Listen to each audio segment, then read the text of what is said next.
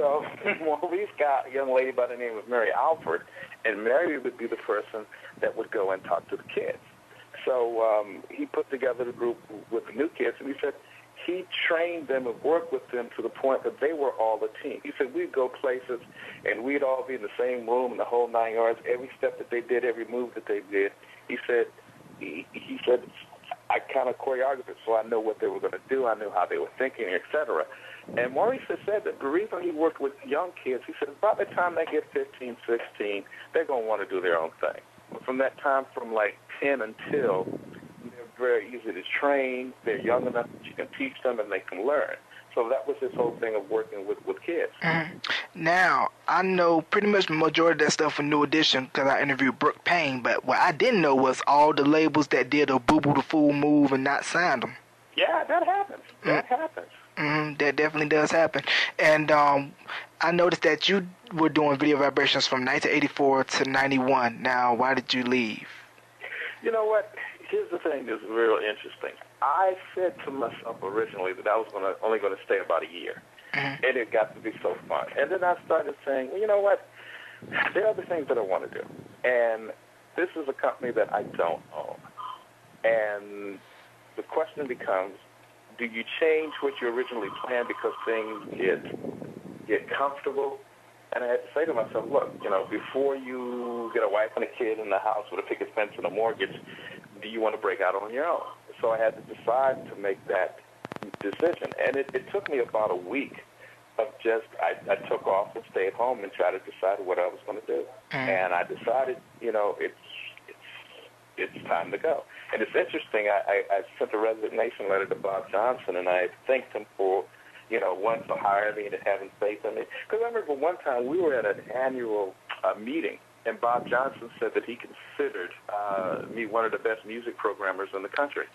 Wow. And, that's a compliment. When your boss thinks highly of you, that's an extreme compliment. And it's funny because yesterday I was cleaning some stuff out, and I looked at the letter that Bob had sent me after I resigned and thanking me for being a part of what was going on and asking me to, stay in contact.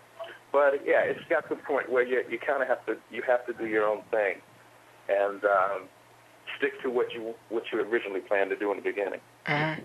Now, what are your thoughts on the radio industry? Because there's an increasing turnover in formats, changing, personalities leaving. For somebody like me that wants to get into business with the narrow playlist, it's kind of like you got to pick and choose. And pretty much if you want freedom and control, you got to go to either satellite or online radio because commercial radio is just not going to cut it. Yeah, it's interesting because what you find is the stronger the personality, the more money you make, but they try to limit your personality.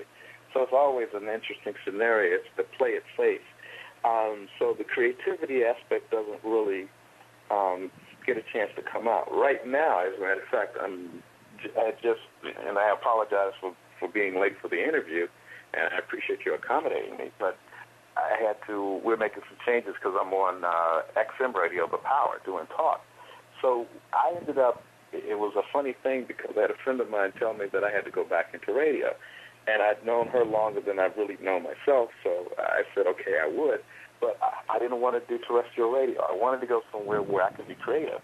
And what I realized is that with XM, that was new, and they were looking for creativity. But here's the thing that I would look at. Wherever you can give a voice, wherever you can get your voice out, do that. And just keep working on it and let it go where it goes. But you got to have the ability to have creativity. I definitely agree, and I had previous conversations with Donnie Simpson and Nina Blackwood, and they pretty much echoed those same sentiments about the way commercial radio is now with the narrow formats and the personalities not really showing, and it's kind of like they want to play it so safe and just do what they feel is going to make money and bring them advertisers. Yeah, but that's everything. What I've started to realize, everything is about selling something. Anytime you hear anything on media, somebody's selling something.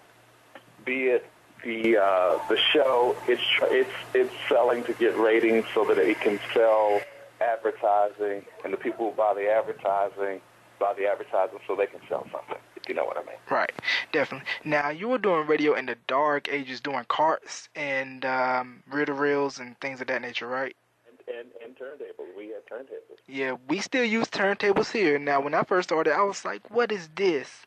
How do you use it? And this, that, and the third. So now I know how to work a turntable like it's nobody's business. Now, the only thing that I need to do in order to get my radio history correct is just show me how to work a cart machine, how to splice the reel to reel, and do all that good stuff and use a spin pot. Hey, man, eBay. And just order some of those things and get it. And I'd be good to go. Now, I believe I read on some website that Petey Green's Washington was on BET during its early years, right? Oh, actually, Petey Green, Washington was on WOL, which is the flagship station, the first station of Radio 1. Uh-huh. And I think, you know what? I think they did carry Petey Green's Washington on BET because that was his TV show. Mm-hmm. And it was on Channel 20, and it probably didn't on. But it's interesting, and I've got to go see Petey talk to me, and I'm going to probably take my dad to go see it, and I'll tell you why. My dad used to always listen to Petey Green. When I was a young boy, 6, 7, 8 years old, at 6 o'clock on Sunday, my dad had to listen to Petey Green.